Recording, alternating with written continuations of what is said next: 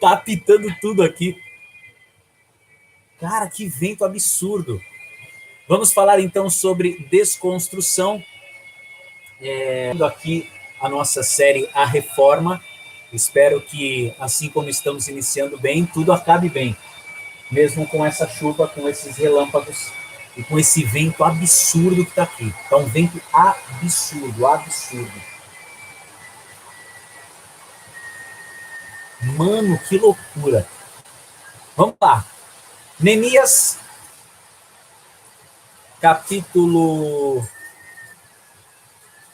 É capítulo 5. Não.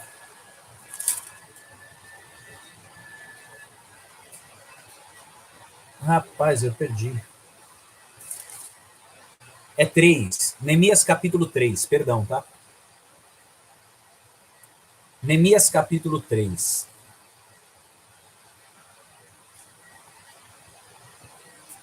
Então se dispôs Eliasibe, o sumo sacerdote, como os sacerdotes seus irmãos, e reedificaram a porta das ovelhas, consagraram-na, assentaram-lhe as portas, e continuaram a reconstrução até a torre do Sem e a torre de Ananel. Junto a ele edificaram os homens de Jericó, também ao seu lado, edificou Zacur, filho de Inri. Os filhos de Racená edificaram a porta do peixe, colocaram-lhe as vigas, lhe assentaram as portas com seus ferrolhos e trancas. Ao seu lado reparou Meremote, filho de Urias, filho de Cós. Junto deste reparou Mesulão, filho de Bezequias, filho de Messesabel, cujo lado reparou Zadok, filho de Baaná. Ao lado destes repararam os tecoitas. Os seus nobres, porém, não se sujeitaram ao serviço do seu. Não quiseram continuar essa reconstrução. A reconstrução dos muros de Jerusalém, ela era um reflexo muito forte, muito grande, da reconstrução pessoal de Neemias. Falamos sobre isso no primeiro dia dessa série. Neemias era um copeiro, porém um escravo. Estava fora da cidade de Jerusalém, não muito preocupado com Jerusalém. Depois de anos, o seu irmão lá aparece, onde Neemias vivia, e ele pergunta então para o seu irmão, como é que está Jerusalém? Como é que está o nosso povo? Como está a cidade dos nossos pais? E o seu irmão Hanani diz, olha, a coisa está feia.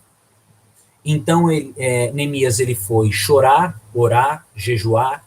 Diz a palavra que ele se assentou, lamentou. Iniciou-se então um processo de reconstrução, de reforma no seu interior. E aí então,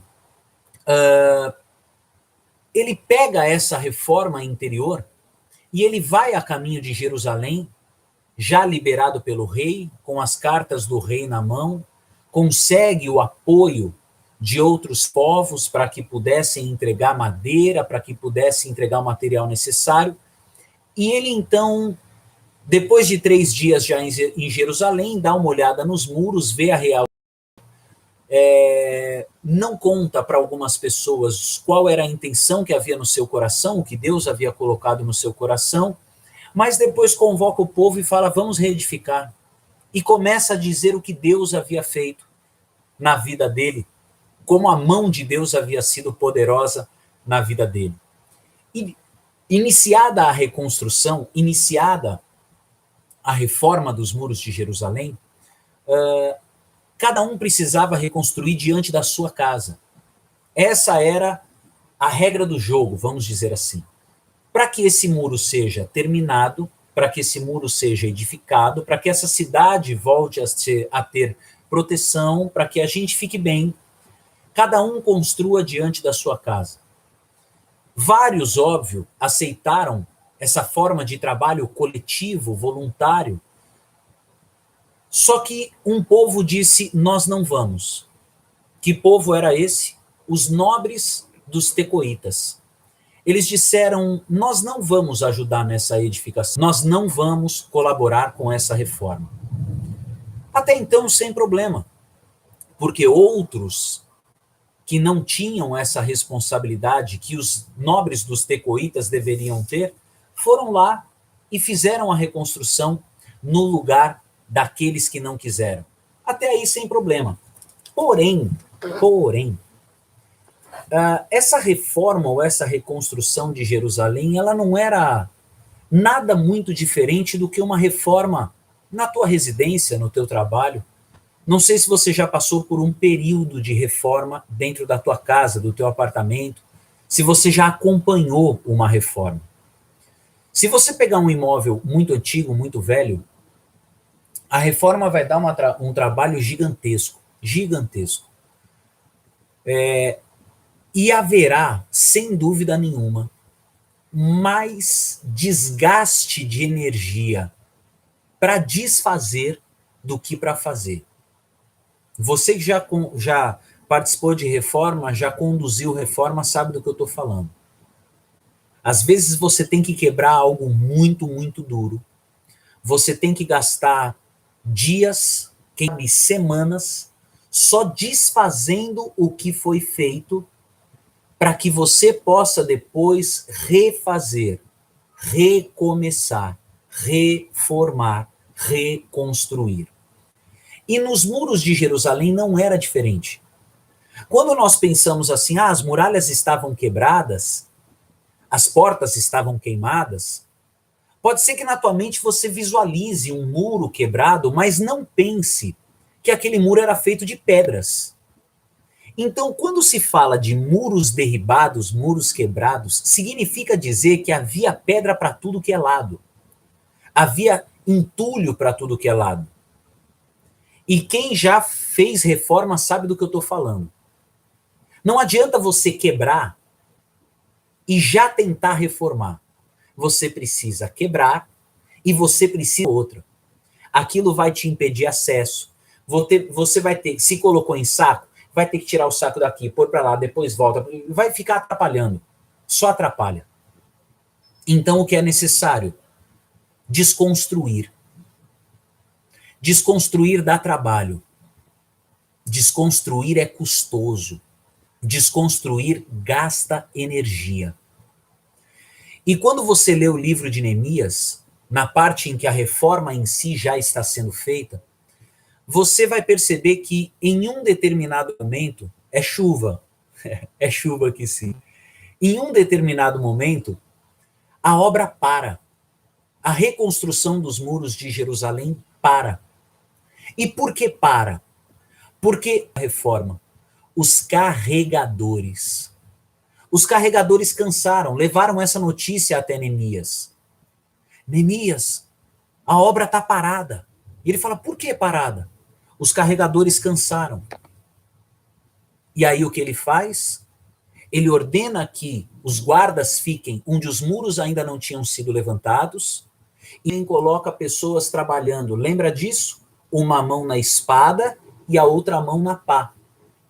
Uma mão ajudando na segurança, outra mão ajudando na reforma. Eles tiveram que colaborar mais uns com os outros. Eles tiveram que se desdobrar, muitos deles, porque havia um cansaço. Desconstruir cansa. Desconstruir desgasta. Desconstruir é muita pancada, é muita porrada. Quem já quebrou sabe do que eu estou falando. O braço fica até mais inchado, o braço fica inchado, a mão fica calejada, porque você tem que quebrar. Você tem que quebrar. Eu lembro quando, há 1 ano e pouco atrás, nós fizemos uma reforma num imóvel de uma igreja lá em Diadema. E, cara, deu um trabalho, porque tinha que quebrar o altar, tinha que quebrar uma piscina que foi feita, sangue de Jesus. Tivemos que alugar uma máquina, porque no braço não saía, na pancada não ia. Tinha até um vizinho, seu Sebastião, nunca esqueço o nome dele, nos ajudou, pegou a picareta dele, nossa, ele batia, e pegou a marreta, e a gente, sem brincadeira, gastou mais tempo desfazendo, desconstruindo, do que propriamente reformando. Então dá trabalho, é custoso, é cansativo, mas é necessário. Você veja que a Bíblia não fala que quem construía cansou. A Bíblia não fala que quem estava ali envolvido no muro, no trabalho, no serviço, cansou. A Bíblia fala que os carregadores cansaram. E muitas vezes nós cansamos. Cansamos porque, infelizmente, precisamos desconstruir. Cansamos porque é meio que uma nova conversão. Eu estava falando isso hoje com uma pessoa. É uma nova conversão. Quando eu aceitei a Cristo, isso aconteceu na Lins de Vasconcelos no ano de 2000. Como a grande maioria, eu tendi à religiosidade. Então você sai de um extremo, que é a libertinagem, e vai para outro extremo da religiosidade. E o pouco que eu conhecia de evangelho, então, fazia com que eu achasse que eu não pudesse mais um monte de coisas. E eu tinha muitos CDs de música, eu sempre gostei de música. E eram só CDs originais, porque eu não sou, não era, né? Hoje nem tem mais, mas eu não era a favor de comprar CD pirata.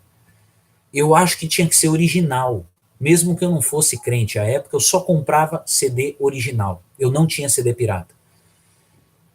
E aí, quando eu me converti, quando eu aceitei a Jesus, que eu fui para o extremo, para a tendência da religiosidade, eu peguei os meus CDs e eu comecei a vender todos.